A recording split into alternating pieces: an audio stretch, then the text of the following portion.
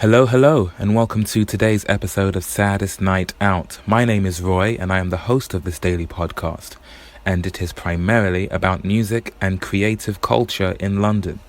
Today's episode features someone who is making their debut on the podcast. Their name is Bekantoy. He is a musical director and bass player, and I first met him when he played with Lou at Lou's show at Underbelly Hoxton. That was Thursday the 27th of June. We got together near Wood Green, which is his neighbourhood. We sat down in the smoking area of the Nag's Head pub, which is just across the road from Wood Green. I'm not really familiar with the area, so we agreed to meet outside the station, and then I just thought, well, we will find somewhere that has a somewhat quiet area where we can talk. And this area, I apologize in advance, there's a little bit of humming in the background, but you should be able to hear us clearly. Ben talks us through how he came to be a musical director, what that title means, and what music means to him. Spoiler alert, it means a lot. This is someone who really does live and breathe music, and it shows. So this is me talking to Ben Bekantoy about all that he is and all that he does with music. I'll catch you afterwards. Enjoy. We are in the smoking garden of what I've decided is called the Nag's Head. I'll check afterwards and see if I'm wrong. We're just across the road from Wood Green Station, and I am here with today's guest. Would you kindly introduce yourself for the podcast? My name is Benjamin Bekantoy, and I'm a bass player and a music director. Music director. This is the first time I've met someone who has that title. Now, I was first introduced to you, I went to Lou's show a couple of weeks ago, and you were playing the bass for that, and he told me you were a large part of putting that group together. So how did you come to meet Lou and be part of that show?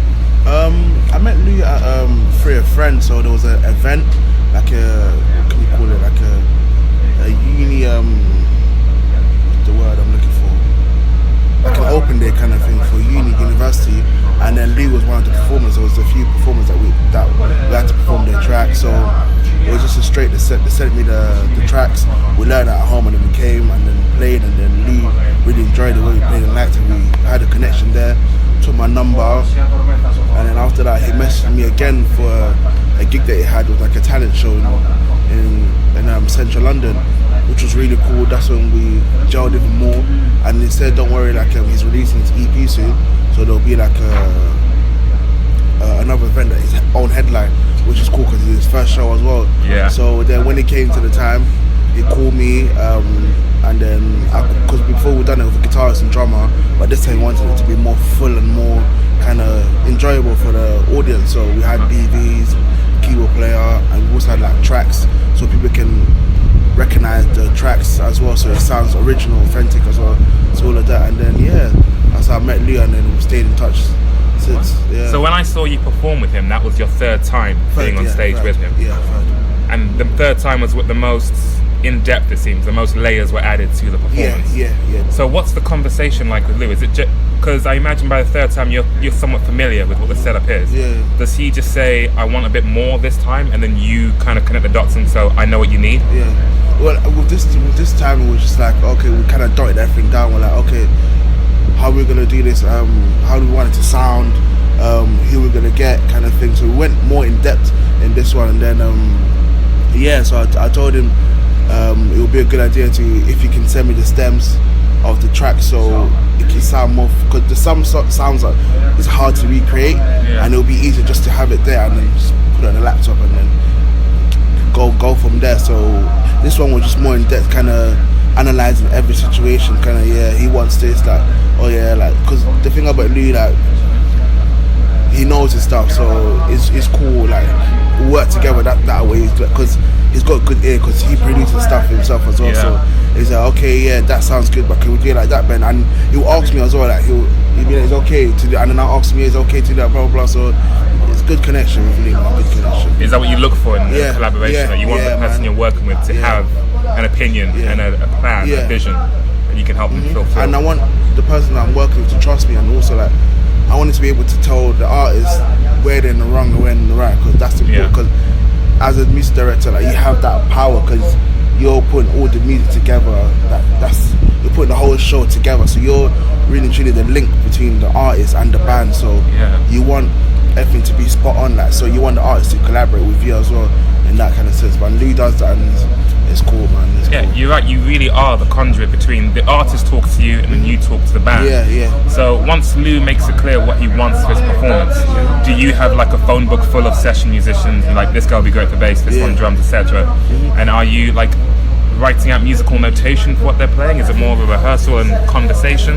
So that was Lou's. So I will stick on Lou's. With Lou's gig, when he told me to put a band together, I kind of thought, okay, he's worked with Lou before with me to make the process easier, kind of thing, and whoever hasn't worked with Lou before, he would suit Lou's type of music, because it's kind of the hip hop soul kind of thing. So you need someone that's in that kind of genre, and then so we can all click well. So like the guitarist and drummer have worked with Lou before, so that was easy. I just called them up, and they were free, and then we took it from there.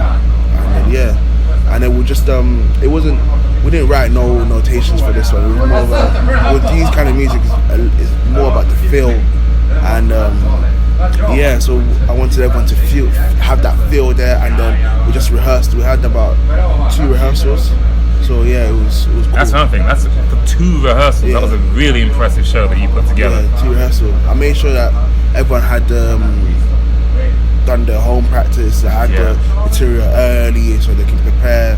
So man, it was cool. The arrangements I sent out early, etc. So that was all sweet. So this was the 3rd time you worked with Lou.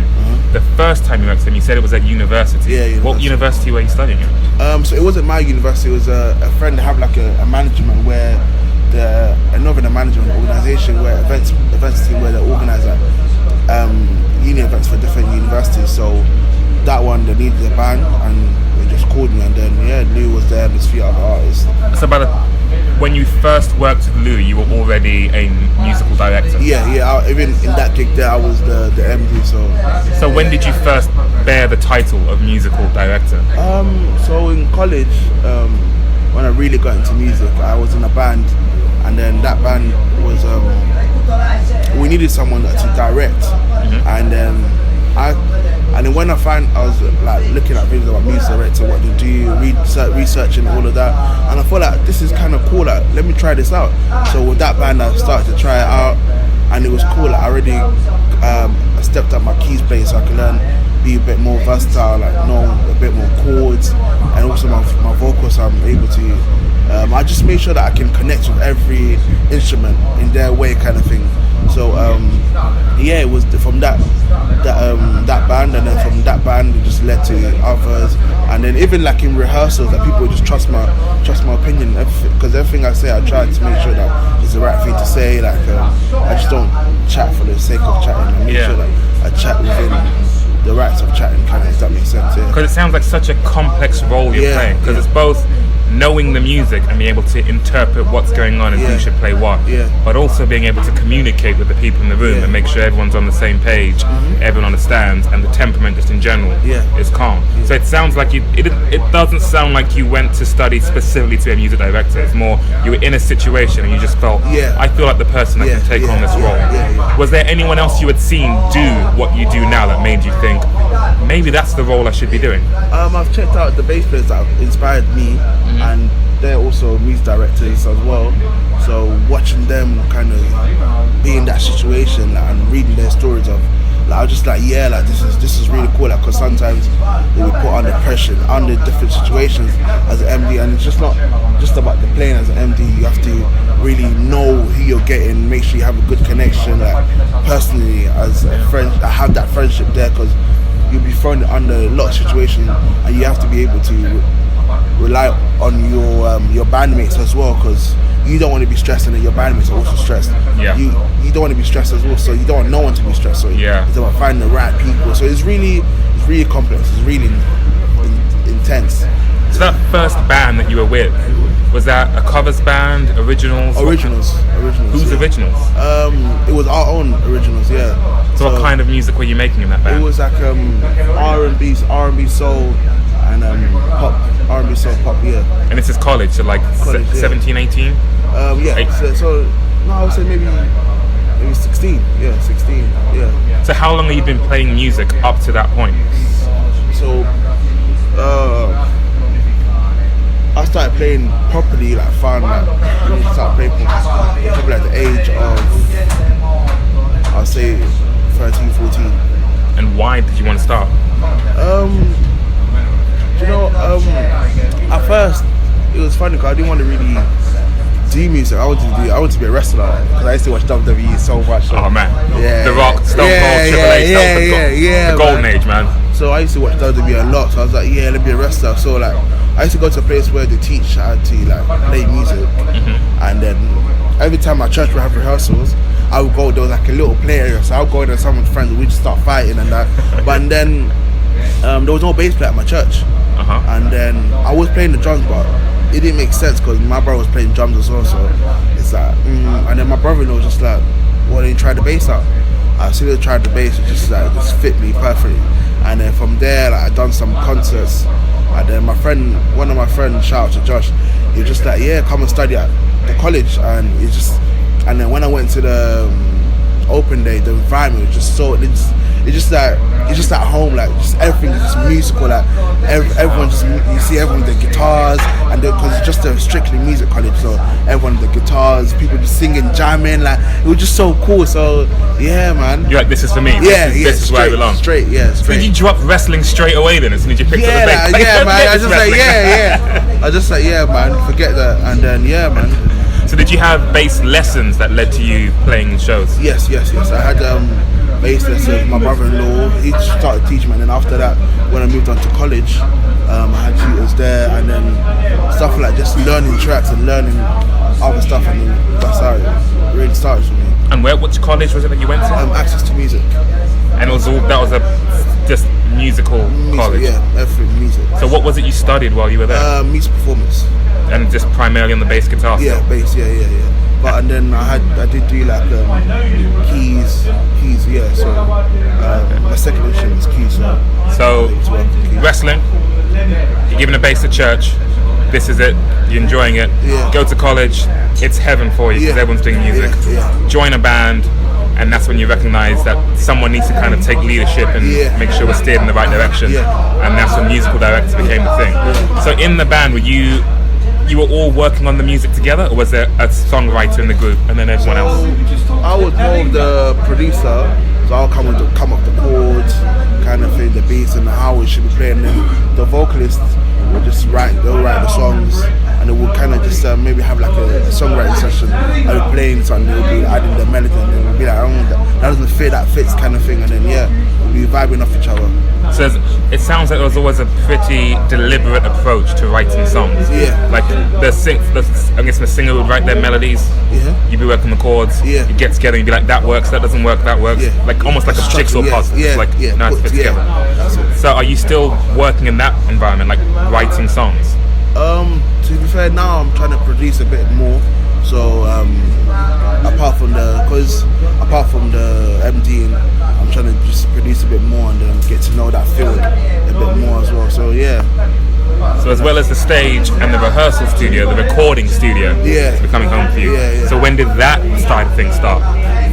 That started, to be fair, the process as an MD as well, when you're putting together a live performance, you're in the studio a lot, putting all the arrangements together. Yeah. So it's in a sense the same thing, but just in a live kind of, a live, what can I call it, in a live kind of way.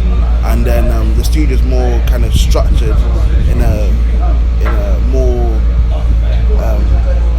not even, how can I say, in a more laid back kind of way, yeah. So it's more, okay, do that for 16 bars, do that for 16 bars. With the live, you can be like, okay, you can add maybe this, there, yeah. So yeah, in the live you have more space to do a bit more, but in the studio it's more structured, yeah. Now, when you worked with Lude most recently, he had finished his EP, or at least was close to finishing it, so the tracks were done, and you mentioned that he sent you the stems, which for any listeners that don't know, the stems are the individual instrument parts to the song. So you're coming to the song as it's finished and just almost dictating who should play what to make it come together as well as possible. When you're producing in the studio, are you given maybe the song in its earlier form and becoming part of what instrument should play what? If I'm producing in the studio, as a producer, you would normally it depends. Some artists will come with a draft, and some artists won't. So it depends what the artist brings. Because some artists may have written something with someone a few weeks ago, months or years ago, and they'll bring it to you. Okay, well, how can we change this? But then some artists will just come literally empty-handed, and you just start from scratch. So, yeah. So could an artist come to you and just maybe tell you the vibe they're going for? Yeah, show me like examples of the kind of music they listen to, the artists, or how they want it to sound, and then you take it from there. So it sounds like you must have a pretty extensive mental library to draw upon. So if someone gives you some loose idea of a direction, you can be like, okay, that sounds like this and this and this, so we need these instruments and go for this type of thing.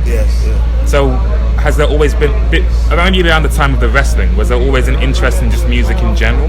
There was, because I was surrounded around music. I've had people stay in my house, musicians, my family musical, so I've been around the music, I've been where I was talking about where I learned music. I've been going there for years since I was young, so it was just, I was there because I was just there playing drums. So I was in the field, but I didn't take it serious until I was about 14. So you found your own instrument, and that was your way in. So was it an older brother that was playing the drums? Yeah, older brother playing drums. Is he still playing the drums as well? Yeah, he's still playing drums. And parents, uncles, aunts, anyone else in the wider family playing music? My sister sings, but they just sing at church. My dad, my mum, no. I've got cousins that sing as well, so it's pretty cool, Cool. So now, you've kind of touched on the beginnings of Ben, the musical director. Fast forwarding to now, before we started talking, you mentioned you will soon be out of the country performing at a festival. So what's your day-to-day, week-to-week looking like generally now? Where do you spend most of your time? I think right now there's a lot of learning materials. Learning a lot of materials, and then shows, rehearsal shows, learning materials, and sometimes you have that off day where you get to chill, see your family, and then that's basically it, man.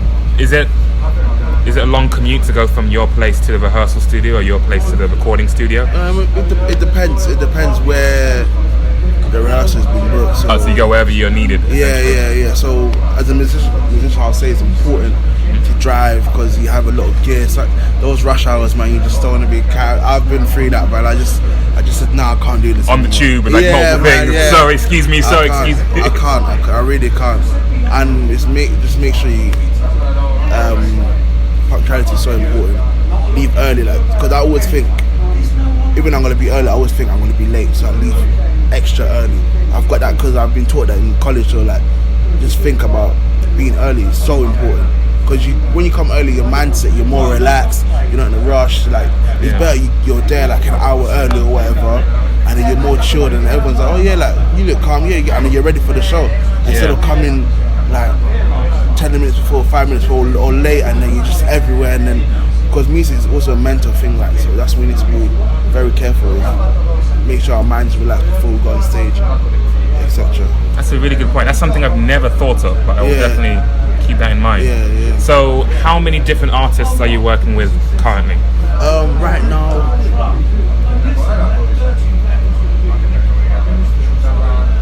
there's about seven artists, And is it some of them for live performances, some producing, or are they all? I mean, right now all of them are live performances. Mostly live performances.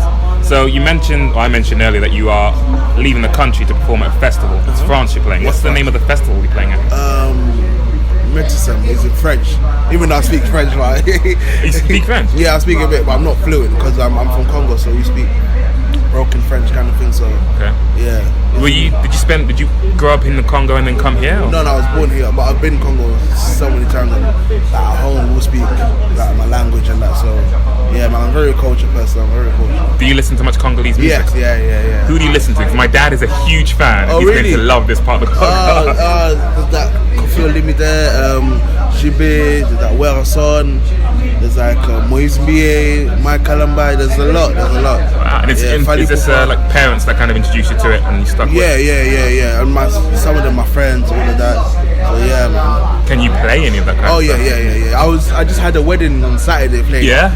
So it's cool, man. I can play the African thing and then contemporary. It's cool, man. I really like it. It's important to be versatile, man.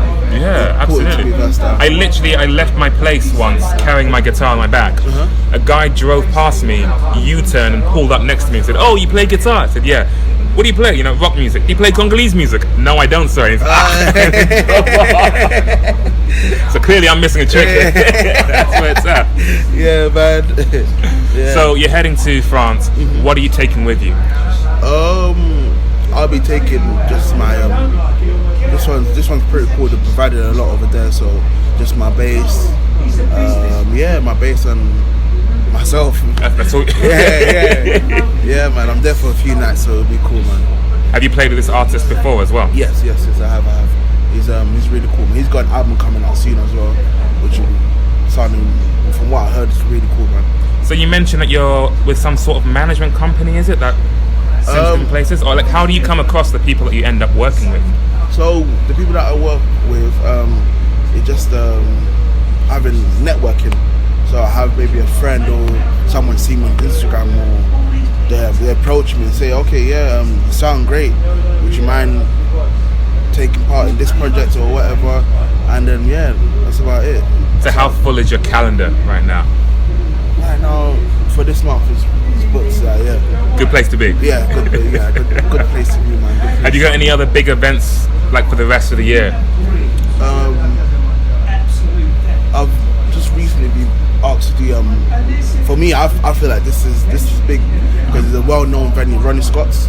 Oh yeah, that is a well-known venue. For me, I'm doing two nights in end of August. Like I'm really excited for this one because it's such a important venue in the music industry, especially in the UK, like in the world in fact, because you'll get people from America come to Ronnie Scott's. So I'm really looking for that one. How did you back that one? Just networking. As word about you just spread. This one guy, man, he played the bass, blew my mind. Yeah, networking, man. Networking. When you do get called for that gig, make sure you're prepared. Make sure you state your name, kind of thing. Say, I'm Ben, and they won't forget. Just make sure you come prepared, etc. So it sounds like when you were 16 and you were in that first band, that was a bit of a turning point for you when you realised I can be the guy that can steer this ship. Yeah, that changed a lot for me, man. That opened, like the guys that I was working with, they opened me to so many other musical genres, I would listen to so many different things. That's why, like right now, I don't mind whatever genre is given to me because music is music, and when you love something, you'll do anything for what you love. So that's how I approach it, man. The love really shows, man. Yeah. Like, so when you're not working with someone, are you still constantly practicing and getting better? Practicing and producing. And when you're out networking, are you always almost like keeping tabs of, okay, that's another bassist, that guy plays synth, that's a drummer, like getting numbers from everyone? And to be fair, because my plan, the future plan, is to have a company just to provide musicians for different artists, and that will involve bass players, guitarists. So I'm like, I don't mind, I can just be the MD and not play, because it's always good to give people opportunities. Sometimes I could co-MD with people. It was always good to work with people and see and give them opportunity and see what if they could like the role as well. So man, that's how I am. I'm not just because I play bass, I'm not gonna get enough now. The ego getting away. No, that's my thing, kind of thing. Yeah. You talked a lot about how you're good to collaborate, you're good to try different things, etc. Are there any things you've come across or things that would be red flags for you?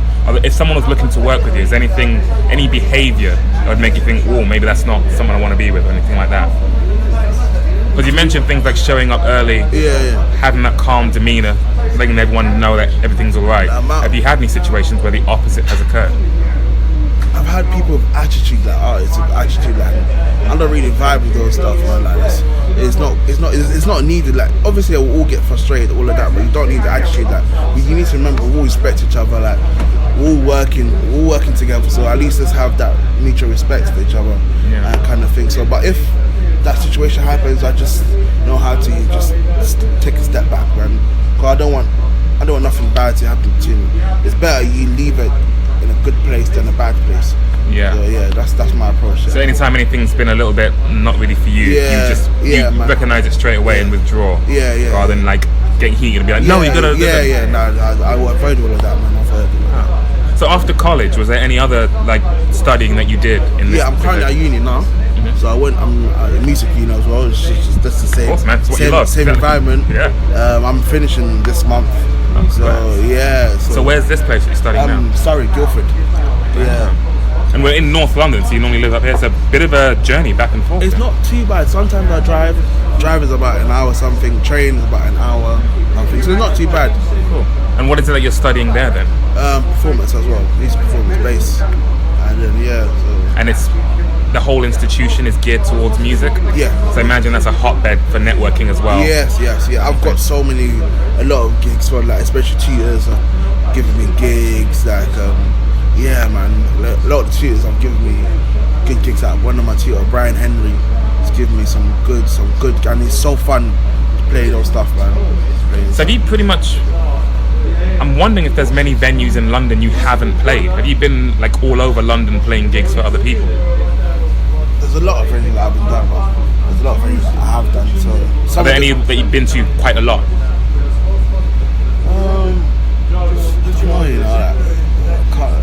Back of my head. Does it become a bit of a blur? Like you've been to so many places? Yeah, I think it'll be like, when I get there, like, I remember this place. But it depends. Yeah, it depends. It depends. Like the one I've done in Blue, I've done that a few times before. So when they sent me the address, like all of that, I was like, I've been there before. Yeah. What about abroad? Have you been to other places often? Yeah, I've been abroad. I've been a few places, but those stuff, unless it's like a big venue, then I'll remember. If it's small, But what are the most prestigious, like fancy places that you've been to? I've done Royal Albert Hall. That one was really cool, man. Because I done a workshop when I was in secondary there, and then years later I get to perform. Back. It's cool, man. It brought a lot of memories back. Yeah, do you ever get moments like that? Because I know you're often working in service of another artist. Yeah. But do you get moments like, oh man, this is getting like nervous. There's a big crowd out there, or this is a big moment for me. You know what?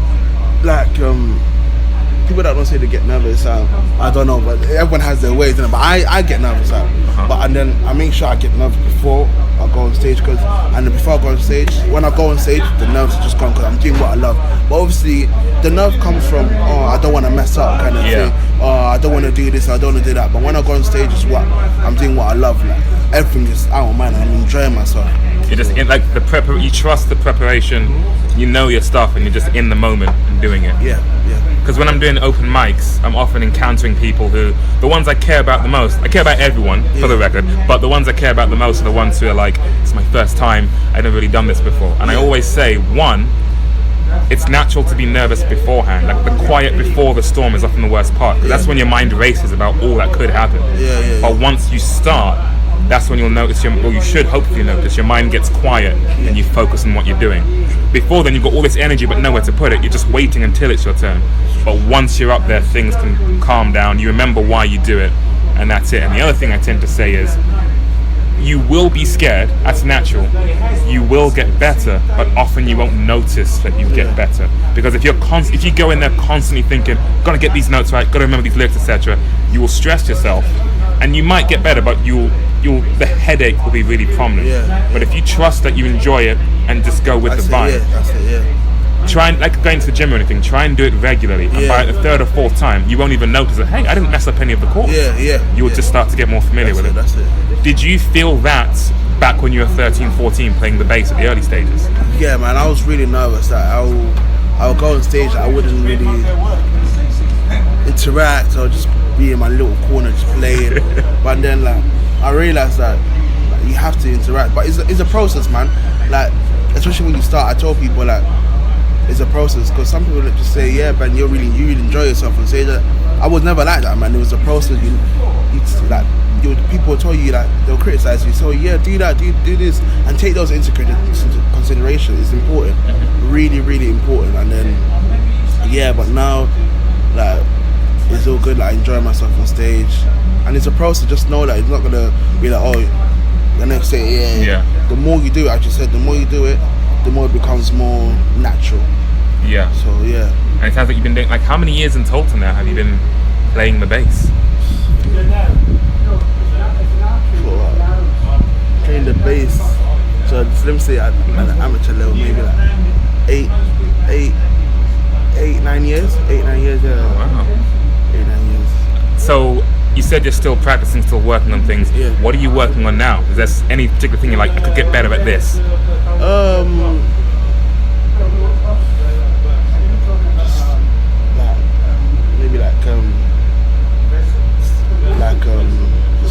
Different techniques, different approaches to playing bass, all those stuff. Just, yeah, man.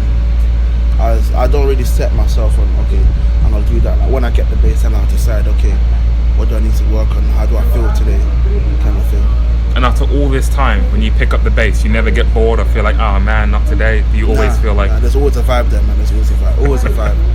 Always a vibe, man. And you mentioned that further down the road, it's like there's a bit of a bigger picture towards building a community, an agency of some sort? Yeah, agency, yeah. That's one of my plans, man. Cause I want people to do what they love and give them an opportunity, man, because there's work there, but just not a lot of opportunities given to people that should have an opportunity, at least a taster kind of thing.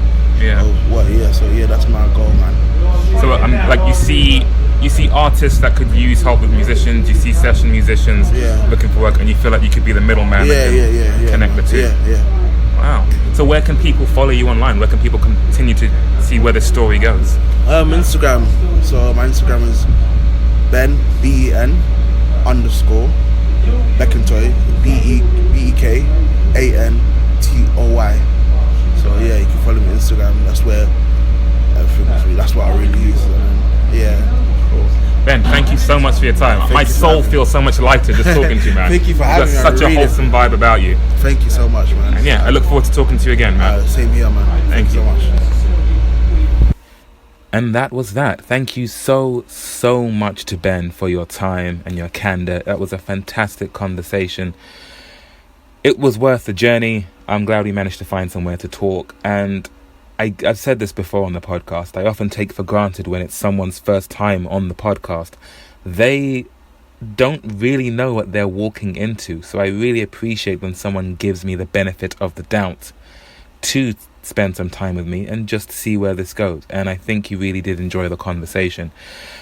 He taught me some lessons as well, largely timeliness and actually showing up early, and just how much that can mean to the other parties you work with. I mean, guilty, I did show up a little bit late to meeting Ben, but my only safety net, so to speak, for lack of a better term, when it comes to me being late, is that I will let the other person know as soon as possible if I'm running late.